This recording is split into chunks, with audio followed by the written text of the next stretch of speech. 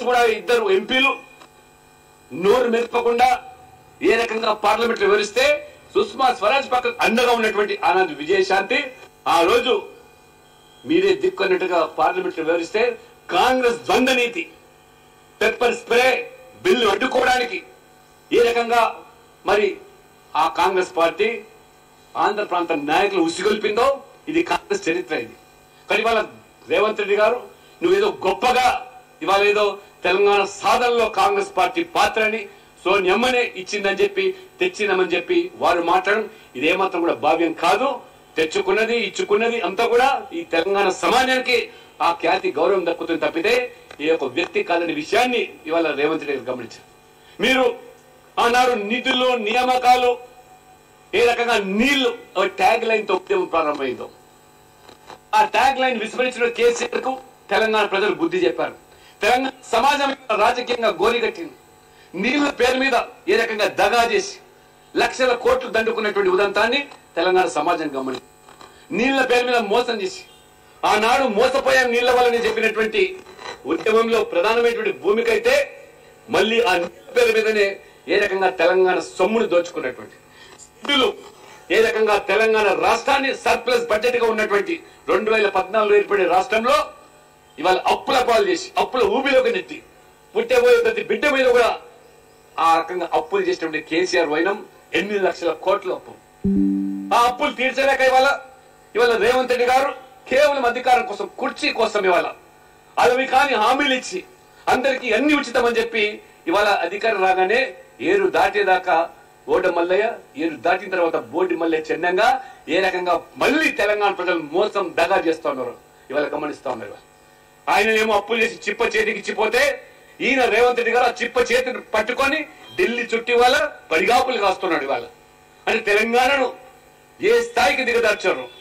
తెలంగాణ వస్తే గుజరాత్ తరహా ఇవాళ అభివృద్ధి చెందిన రాష్ట్రంగా తీర్చిదిద్దేటువంటి అన్ని అవకాశాలు వనరులు ఉన్నప్పటికీ కేవలం మీ స్వార్థపూరితమైన రాజకీయాల కోసం ఇవాళ తెలంగాణ అప్పుల ఊబిలోకి నెట్టినటువంటి.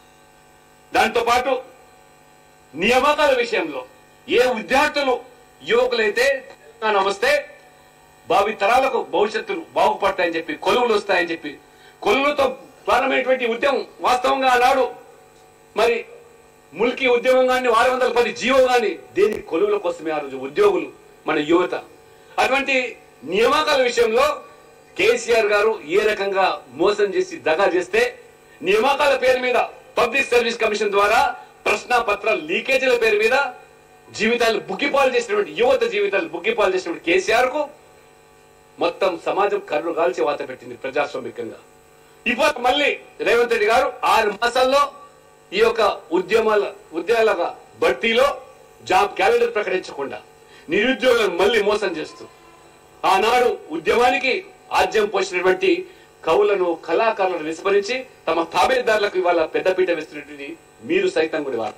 అందుకనే ఇవాళ మీరు కేవలం కాలం వెలిబుచ్చుతున్నారు, వాయిదాలు వేస్తా ఉన్నారు. ఇవాళ కాలుష్యం జరిగిన అవినీతి విషయంలో కానివ్వండి, లేదా ఇవాళ ధరణి పేరు మీద జరిగినటువంటి మరి ఈ రకంగా పేదల భూములు కానివ్వండి, అసైన్ భూములు కానివ్వండి, ఈ సమాజంలో ఉన్నటువంటి తెలంగాణలో ఉన్నటువంటి బడుగు బలహీన వర్గాలు దళితుల యొక్క భూములు గత ప్రభుత్వం బలవంతంగా లాక్కొని పెద్దలకు అప్పచెపితే దాన్ని ఇవాళ కనీసం ఇవాళ రేవంత్ రెడ్డి గారు దాని మీద ఇవాళ మాట వరసకుండా వారికి న్యాయం చేయకుండా అసైన్ భూములన్నీ కూడా దేవాదాయ శాఖల భూములన్నీ కూడా పెట్టుబడిదారులకు పెత్తందాలకు అప్పగించి ఏ రకమైనటువంటి ఇవాళ మీరు మాట్లాడుతున్నారు తెలంగాణ విషయం.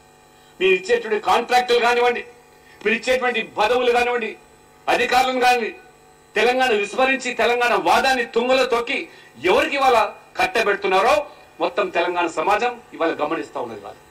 కాబట్టి ఇవాళ అందుకనే రేవంత్ రెడ్డి గారు ప్రజల దృష్టి మళ్లించడానికి ఏ రకంగా ఇవాళ మీరు వ్యవహరిస్తున్నారో ఇవాళ ఫోన్ ట్యాపింగ్ ఉదంతం ఒక మాఫియా రాజ్యాన్ని నడిపినటువంటి కేసీఆర్ గారు ఎవరి కోసం ఇవాళ మొత్తం ఇవాళ వ్యక్తిగతమైన స్వేచ్ఛను హరింపజేసి ఆ ఫోన్ ట్యాపింగ్ ద్వారా రాజకీయపరమైన లాలసతో ఏ రకంగా అధికారాన్ని పరిపాలించుకోవడానికి ఒక నిఘా వ్యవస్థను, పోలీస్ వ్యవస్థను, అధికార యంత్రాంగాన్ని ఎంత దుర్వినియోగం చేశారో ఉమ్మడి రాష్ట్రంలో చేయడం దురాఘాతాలు ఆ ప్రభుత్వం చేస్తే ఇవాళ ఎందుకు ఆ ప్రభుత్వం మీద చర్యలు తీసుకోకుండా అది ఫోన్ ట్యాపింగ్ అయినా కాళేశ్వరం ప్రాజెక్టు మీద ఇవాళ విచారణ దర్యాప్తు అయినా కానివ్వండి, లేదా ఇవాళ ధరణి విషయంలో జరిగిన భూ లావాదేవీల విషయంలో కానివ్వండి, కోకాపేట లాంటి భూములను ప్రశ్నించిన రేవంత్ రెడ్డి గారు వాళ్ళు ఎందుకు మీ నోరు మీద పెట్టలేదు? వాళ్ళు ఎందుకు ఇవాళ రాజీ ధోరణితో వ్యవహరిస్తున్నారు?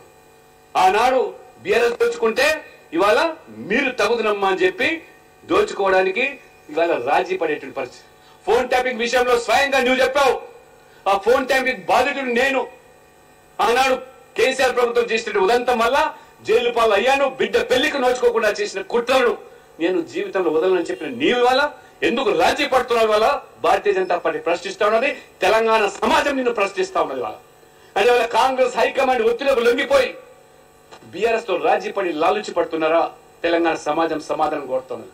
లేనట్లయితే ఇవాళ ఆ ఫోన్ ట్యాపింగ్ ఉదంతం ద్వారా చాలా స్పష్టంగా ఆ ఎవరైతే వాళ్ళ దోషులుగా నిర్ధారింపబడుతున్నారో వాళ్ళ వాగ్మూలంలో స్పష్టంగా కేసీఆర్ లేదా పెద్ద అయిన మరి ఆదేశాల మేరకే జరిపినామని చెప్పినప్పటికీ ఆ సూత్రధారులు ఎందుకు ఇవాళ వెలుగులోకి చర్యలు తీసుకుంటలేరని, కనీసం సిబిఐ ఎంక్వైరీ ఎందుకు ఇవాళ మీరు ఆదేశిస్తారని ప్రశ్నిస్తా ఉంటే ఢిల్లీ నుంచి మీకు ఆదేశాలు రాకపోవడమే కారణం అని చెప్పి వాళ్ళ తెలంగాణ సమాజం కోరుతాను. కాబట్టి వాళ్ళ మన అమరవీరుల ఆత్మలు ఘోషిస్తా ఉన్నాయి. తెచ్చుకున్న తెలంగాణ ఏ రకంగా ఆగం చేస్తా ఉన్నారు మీరు మీ అధికారం కోసం లాలుచి పడుతున్నారు. ఇవాళ అనేక మంది సమాజంలో మహిళలు, అడ్వకేట్లు, డాక్టర్లు ఉద్యమానికి ఏ రకంగా ఊపు తీసుకొచ్చారో మరి ఒకసారి ఆ చరిత్రను మనం ఆ రకంగా మరి ఈ రోజు స్మరించుకుంటూ మళ్ళీ భావి తరాలకు ఇవాళ నరేంద్ర మోడీ గారు ఏ రకంగా దేశవ్యాప్తంగా కూడా అన్ని రాష్ట్రాల పట్ల ఒక సమన్యాయాన్ని